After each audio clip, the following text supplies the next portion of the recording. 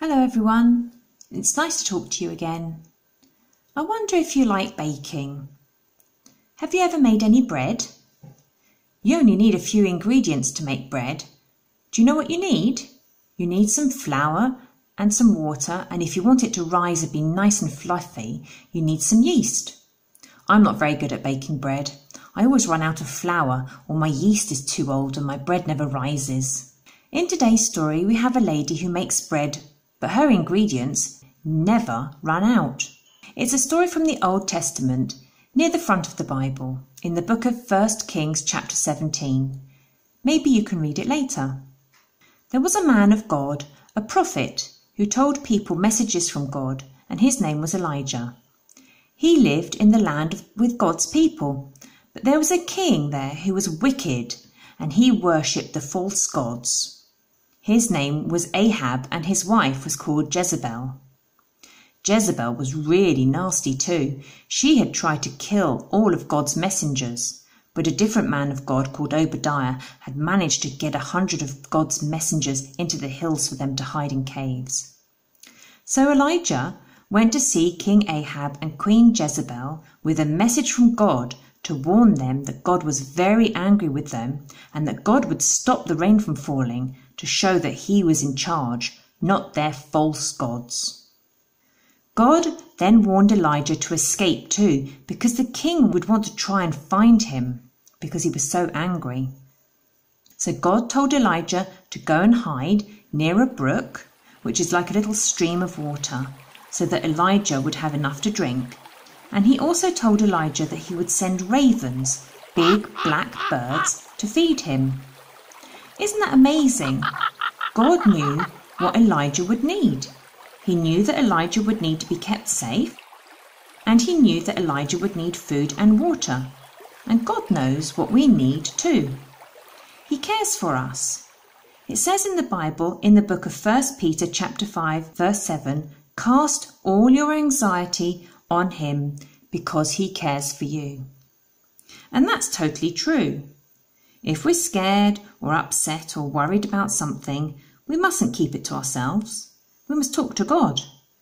When we pray, we know that he listens to our prayers and that his word in the Bible helps to remind us of his promises, like the things that he's done in the past to help us in our lives, and to remind us that he will help us now and in the future. So Elijah lived in the desert, being looked after by God.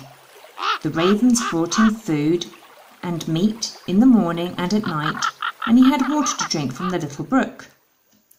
But eventually the little brook started to dry up because there had been no rain in the land for such a long time. So God told Elijah to go to a village called Zarephath, and there he would meet a lady who was a widow. That means that her husband had died, and that she would help Elijah. So Elijah went down to the village, and when he got to the gate, there was a widow, just as God had said, and she was gathering some sticks with her son. Elijah said to her, "Can you go and get me some water, please?" The lady agreed, and as she was going to get him some water, Elijah then said, "And can you make me some bread too?" But the lady replied, "I don't have any bread baked, and I only have a little bit of oil and a little bit of flour left at home. I was just gathering sticks with my son, and I was going to make one last little loaf for us to eat, and then we were probably going to die." The lady was so poor that she could no longer feed herself or her son, so she thought they were going to die. But Elijah said to her, "Do what you have said you were going to do, but first make me a little loaf and then one for yourselves. My God, the God of Israel, will not let your jar of oil or your jar of flour run out until there is rain on this land again." So the lady did as Elijah said.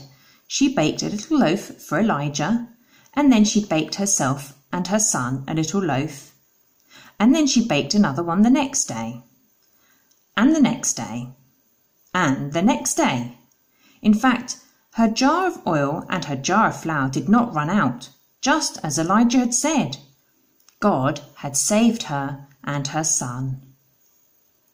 But a while later, the woman's son became very ill and he died. and the woman was very sad and went to see Elijah. She was so angry, she said at him, "Why did you save us from this famine, only to have my son die anyway?" Elijah was sad too and said, "Give me your son." So she did, and Elijah took her son up to the roof of the house and laid him down. Then Elijah stretched out on top of him 3 times and prayed and said, "O Lord my God, let the life of this boy come back to him again." And you know what? The boy woke up. Elijah took the boy back downstairs to his mum, who was so surprised and happy. She said, "Now I know that you are a man of God, and that the word of the Lord in your mouth is true." She finally believed what Elijah had been saying to her about God. Sometimes, when we talk to people about God, they don't really understand or believe until they really see God working in their own lives, sometimes in amazing ways. But we need to keep telling them about God anyway and what He has done in our lives and pointing them to Him and His Word, praying that God will work in their lives and their hearts. Keep trusting and telling people about what God has done in your life, and don't forget that He cares for you. Thanks for listening. Bye-bye.